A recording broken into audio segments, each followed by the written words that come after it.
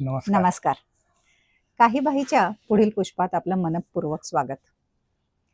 मी मिनल टोणगावकर. आणि मी अभिजित टोणगावकर.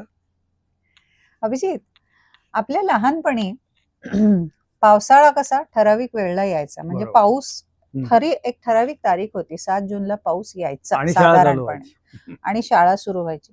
यावर्षी काय झालंय, अख्खा जून कोरडा गेलेला आहे. उन्हाने तसंही सगळ्या लोकांची जीवाच्या अगदी काहिली झालेली आहे. जून पूर्ण कोरडा गेलेला आहे. जुलैत मध्येच एक आठवडा खूप वेड्यासारखा पाऊस, अगदी धबाधबा बदाबदा म्हणता येईल असा पाऊस झाला. सगळीकडे प्रचंड केऑस झाला त्या पावसाने, आणि आता परत पाऊस गायब झालेला आहे. आणि याला कारण सगळेजण असं म्हणतात की ते सुपर अल निनो, याच्यामुळे हा सगळा प्रकार होतो. तो अल निनो आहे. अल निनो हा एक म्हणजे कसं आहे माहितीये का, की म्हटलं तर दरवर्षी होणारा प्रकार आहे की पॅसिफिक महासागरामध्ये पाणी गरम होतं आफ्रिकेच्या जवळपास, आणि ते पाणी पश्चिमेकडे साऊथ अमेरिकेकडे जातं आणि त्याची जागा गार पाण्याने घेते. ओके. आणि एकंदरीतच समुद्राच्या पाण्याचं तापमानाचं संतुलन राखलं जातं. काही वर्षी हे पाणी जास्त जात नाही वेगवेगळ्या कारणांमुळे, आणि त्यामुळे समुद्राचं तापमान वाढतं. ते साधारणपणे एक अर्धा ते 1 डिग्री फार तर वाढतं, आणि त्याला अल निनो असं म्हणतात. अच्छा. आणि हा असा अल निनो असा हा प्रकार झाला की एकंदरीतच संबंध जगातल्या त्याला वातावरणावरती बऱ्या प्रमाणात भारतामध्ये तो जास्त जाणवतो, कारण त्याच सुमारास आपल्याकडे नैऋत्य मोसमी पाऊस येत असतो, आणि त्याच्यावरती तो परिणाम होतो.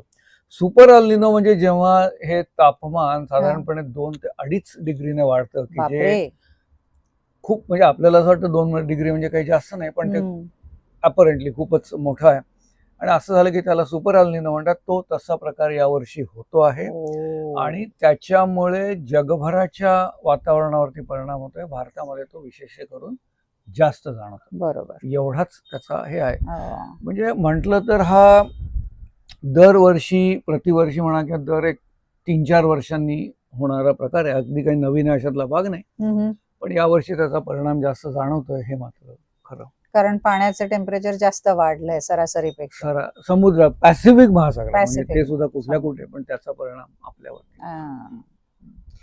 मला ना पाऊस म्हटला की लहानपणीची आपली आठवण येते की मे मध्ये शाळेच्या सुट्ट्या आता संपत आलेल्या असतात, शाळा सुरू व्हायचे वेध लागलेले असतात, आणि उन्हाच्या काहिलीने असा जीव आपला असा कासावीस झालेला असतो, आणि अचानक वातावरण बदलतं.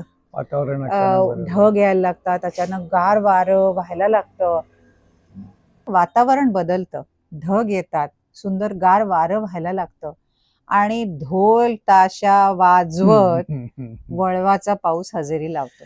1-2 तरी झाडं पडतात अक्षरशः. घरापूर्वी म्हणजे पत्रे वगैरे जे असायचे, घरावरचे पत्रे उडून जायचे, आणि असा दमदार पावसाची हजेरी असायची. काही ठिकाणी जिथे पत्रे होते तिथे त्या ताशांचा आवाज असल्यासारखा गारांचा पाऊस, आणि गारा उचलण्याची. वळवाचा पाऊस म्हणजे मेनली गारांचाच पाऊस असायचा मोस्टली, आणि मग त्या पावसात भिजून गाऱ्या वेचून त्या खाणे हे लहानपणाचं स्वर्गसुख असायचं. अगदीच प्रश्न. कारण बर्फ हा प्रकार त्यावेळेला नव्हता. आपल्या लहानपणी तरी नुकताच एखाद्या घरांमध्ये सुरुवात झाली होती, बर्फाचं अप्रूप होतं, गार पाण्याचं अप्रूप होतं. आणि साधारणपणे या पावसात भिजू नका, अरे हे करू नका, अशी आईवडिलांची विशेषतः आयांची फार मोठी धावपळ असायची. कारण शाळा सुरू होणार असायच्या, मग शाळेला सुरुवातच, वर्षाची सुरुवात आजारपणापासून नको हे त्यांना वाटणारच ना, साहजिकच आहे.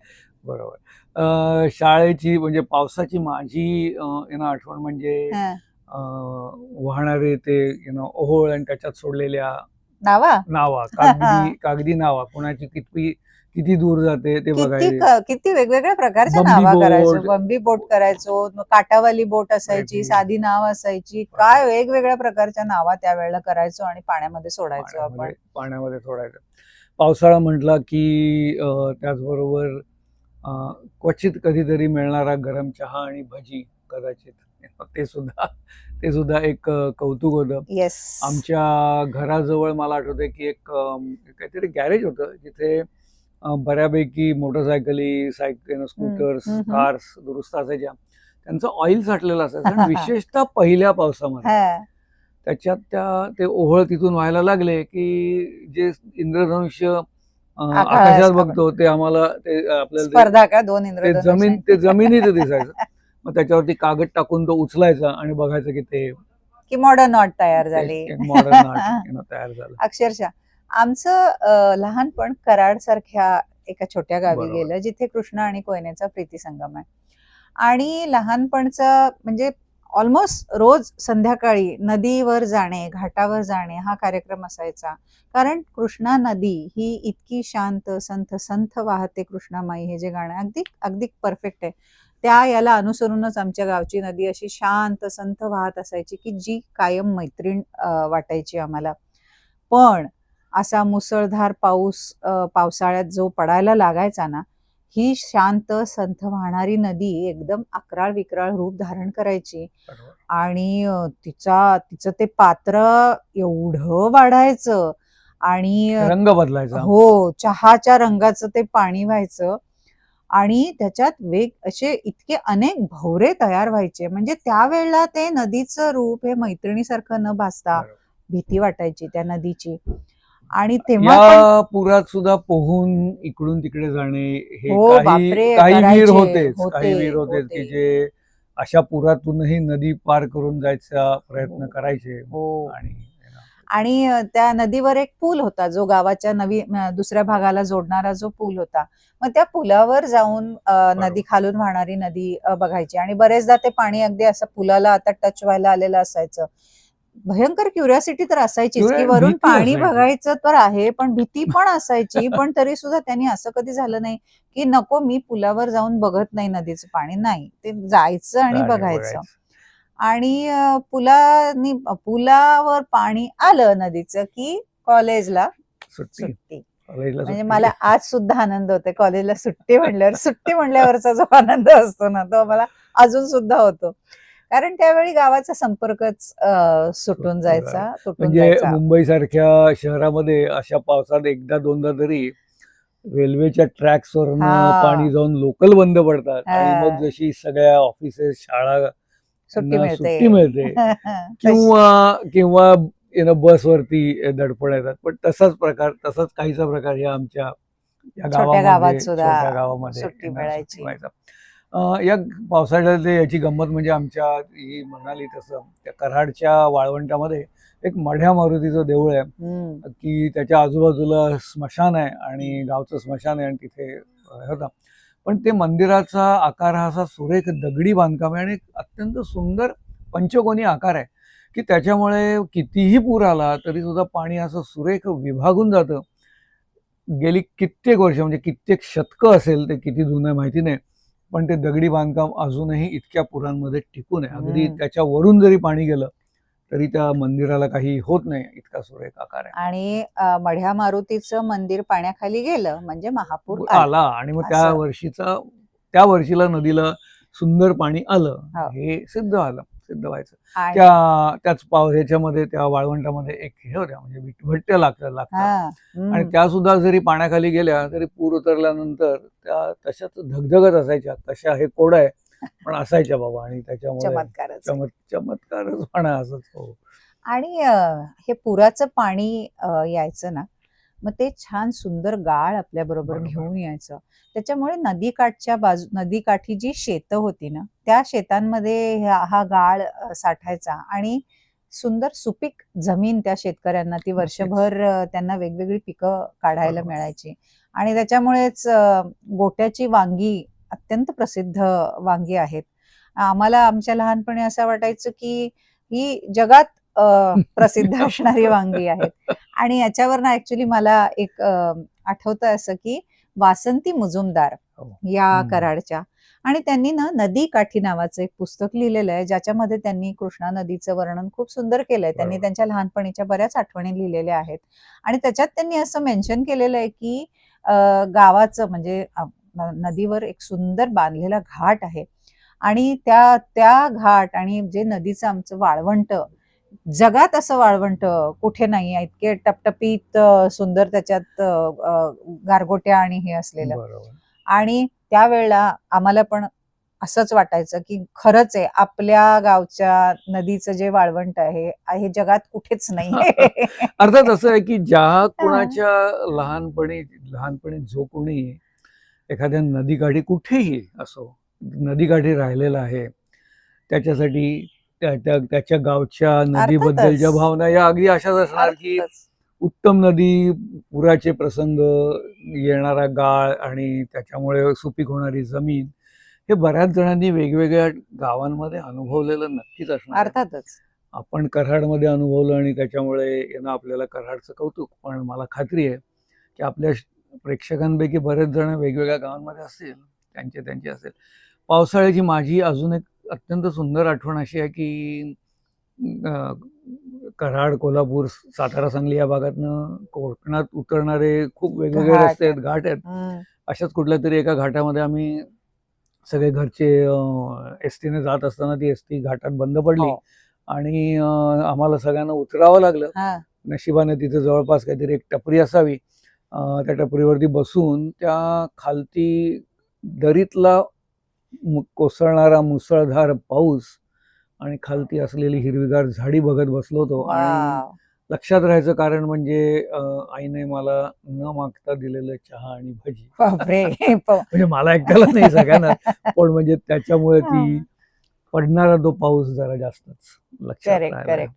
आणि पावसाळा म्हणजे गौरी गणपती येतात हो. ते ऐन पावसाळ्यातच बरोबर. असतात. आणि पावसाचं आपल्याला सगळ्यांना कौतुक असतंच.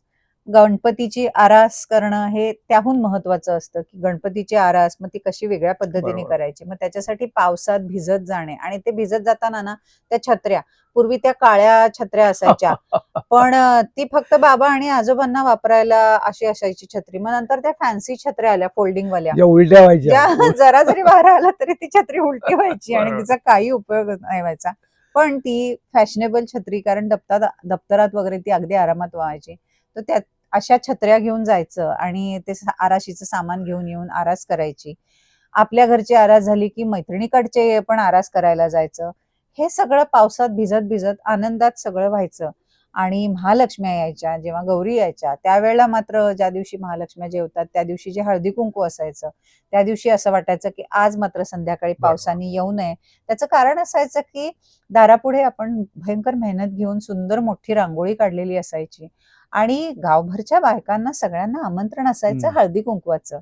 आणि येणाऱ्या बायका पण साहजिकच निमित्त साधून सुंदर जरीकाठाच्या साड्या नेसून नटून थटून घरी येणार. त्यामुळे पावसात त्यांना त्रास होऊ नये, आपल्याकडे पण सगळ्या लोकांनी आपण घेतलेली मेहनत बघायला यावं, आपलं कौतुक करावं, यासाठी हे मनापासून त्या दिवशी मात्र अगदी असं वाटायचं की आज पाऊस नको यायला, असं वाटायचं नेहमी. अगदी बरोबर. पण या सगळ्या पावसाला आणखीन एक दुसरी पण एक बाजू आहे आणि ती बाजू अशी आहे की वळवाचा पाऊसच बघतो. तो पाऊस म्हणजे की जी मंडळी झोपडपट्ट्यांमध्ये म्हणा किंवा छोट्या घरांमध्ये राहायची त्यांच्यासाठी वळवाचा पाऊस म्हणजे ऍक्च्युली आपल्या घरात नक्की कुठे छपरामध्ये किती कुठे ठिकाणी भोका आहेत हे समजण्याचा ती वेळ असायची आणि त्यांच्यासाठी ते अवघडच सगळा प्रकार असायचा. इनफॅक्ट येणारा पाऊस आणि जर नदी काठ किंवा पावसाच्या पाण्याच्या उताराच्या जवळ असेल तर घरात पाणी आलं तर काय करायचं हा मोठा प्रश्न असायचा. मला तू म्हणतोयस ना त्याच्यावरनं मला ऍक्च्युली एक आठवण आली की इंदिरा संतांचं मृदगंध नावाचं जे पुस्तक आहे त्याच्यात त्यांनी असं लिहिलेलं आहे की त्यांच्या घरी काम करणाऱ्या ज्या हौसाबाई होत्या त्यांच्याही घरी गळायचं. आणि त्यांचा दृष्टिकोन कसा आहे की या गळणाऱ्या पावसाला त्या असं म्हणायच्या की तुला घरात यावंसं वाटायला लागलंय नवं खाली का ये की मग. असं मला तो त्यांचा दृष्टिकोन एवढा मनापासून आवडला ना, किती छान एक बघण्याची, पावसाकडे बघण्याची, त्याचं कौतुक करण्याची किती छान पद्धत आहे ही. म्हणजे हे खरोखरच सुंदर उदाहरण आहे की येणाऱ्या अडचणीकडेही कसं सकारात्मक दृष्टिकोनातून बघता येतं याच्यासाठी हे आहे. करेक्ट.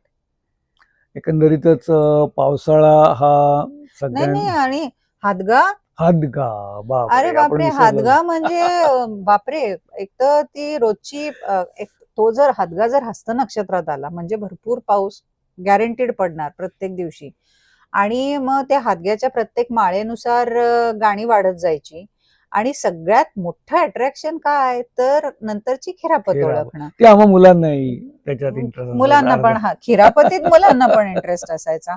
पण मग ते आईच्या सकाळपासून भुणभुण भुणभुण भुणभुण करून की तू काय खिरापत करतेस, अशी काहीतरी खिरापत कर की कोणाला ओळखू नाही आली पाहिजे, असं करून अगदी आईचा जीव खाऊन टाकायचा. हे लहानपणी फार फार वेळेला केलेलं आहे आपण असं. आता आता आजकाल तो प्रकार खूप कमी झाला. नाहीच, गेलाच आहे ऑलमोस्ट. मला माहिती नाही की आपल्याच मुलीने किती वेळेला तुझ्याकडे हा हट्ट केला खरंय. असेल खिरापतीसाठी. खरंय खरंय.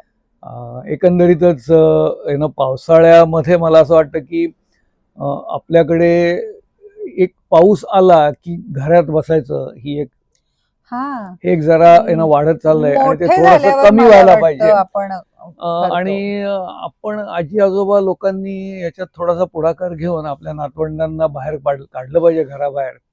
कदाचित स्वतःही भिजलं पाहिजे आणि नातवंडांनाही भिजण्याची गंमत काय असते. नाही नाही, मला नक्कीच आवडेल माझ्या नातीबरोबर जाऊन पावसात भिजायला आणि ती पाऊस कसा एन्जॉय करते हेही बघायला हेही आवडेल, बघायला. मनापासून आवडेल मला.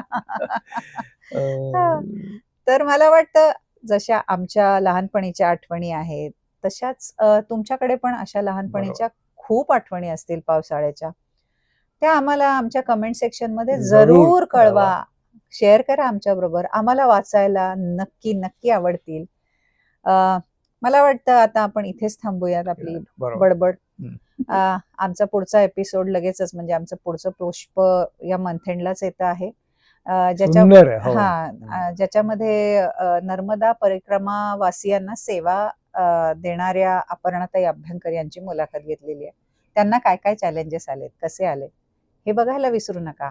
आणि अर्थातच आमचा चॅनल लाईक, शेअर आणि सबस्क्राईब करायलाही विसरू नका. धन्यवाद.